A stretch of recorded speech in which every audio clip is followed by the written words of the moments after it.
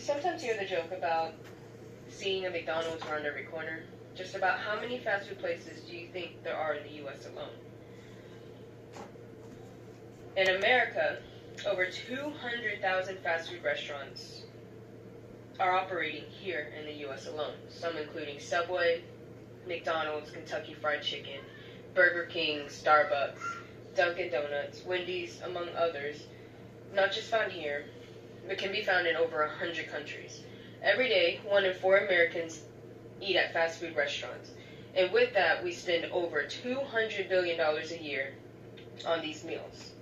Today, I am here to inform you about the alarming effects fast food has on America, from our children to our health, and all the way deep in our pockets. First concern is our future generations, and with that is the power of preservatives. If you take a look at this picture in 2009, almost a year later, the same meal almost looks as if it's two the same meals, all including unnatural additives and preservatives and ingredients in their products, versus something that you can feed your kids that's all natural and all organic, and all of which we are starting them off at a very young age. And with that, now 1 out of 3 children between the ages of 2 and 19 are overweight or obese, also commonly known as a obesity epidemic.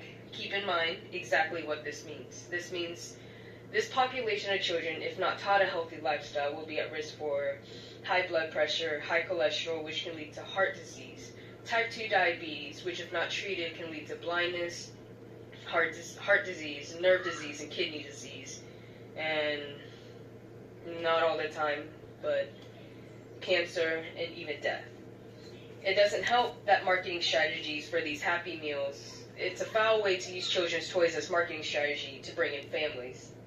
But it is what it is for the business. But it is up to us to control what we feed to our children, because we have a choice, but they don't. And we truly are what we eat. Next issue with fast food and how it affects us is our health. On average, a woman needs to maintain about 2,000 calories per day versus a man with 2,500 calories to maintain a day. But on average, we consume almost 3,600 calories a day. This is well above U.S. Department of Agriculture recommendations. If, for example, in a Big Mac alone, it's 540 calories, just the sandwich, not including the size of fries and drinks. The sandwich alone meets more than 1/4 of your daily calorie needs.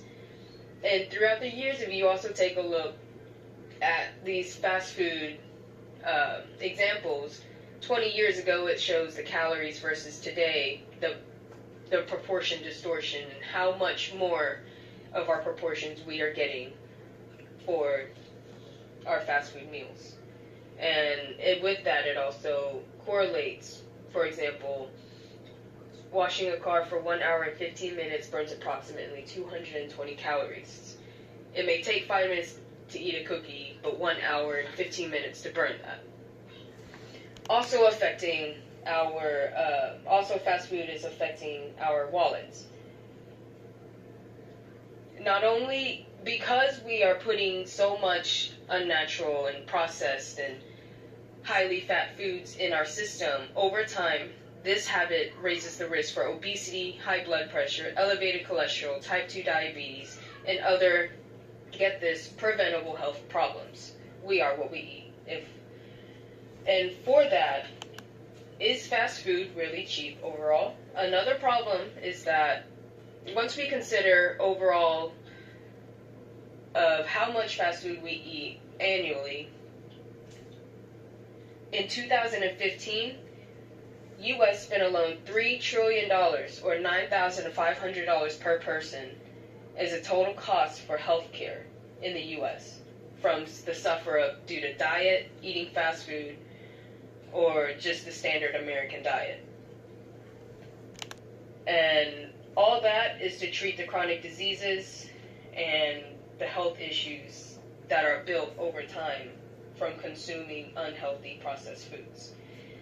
That money is in large part spent on healthcare required to treat the epidemic of lifestyle diseases such as decades of type 2 diabetes, heart disease, and cancer, and all related to obesity. Diabetes will kill twice as many women as breast cancer each year. Cardiovascular diseases kill more than 100 million people each year. That is 42% of all deaths. 2 out of 3 Americans are overweight, that's 67%, and child obesity has tripled in the past 30 years to 25% of those less than 19 years of age. In comparison to 1960, Americans consume more than 500 calories today than we did then. So should it be really costing us our lives? If we have the power to control our consumption, why not? Knowing how many calories you eat compared to the intake recommendation is the first step to managing your diet and reducing the risk for chronic diseases. Keep in mind that the types of calories you choose are just as important as the total number you take in.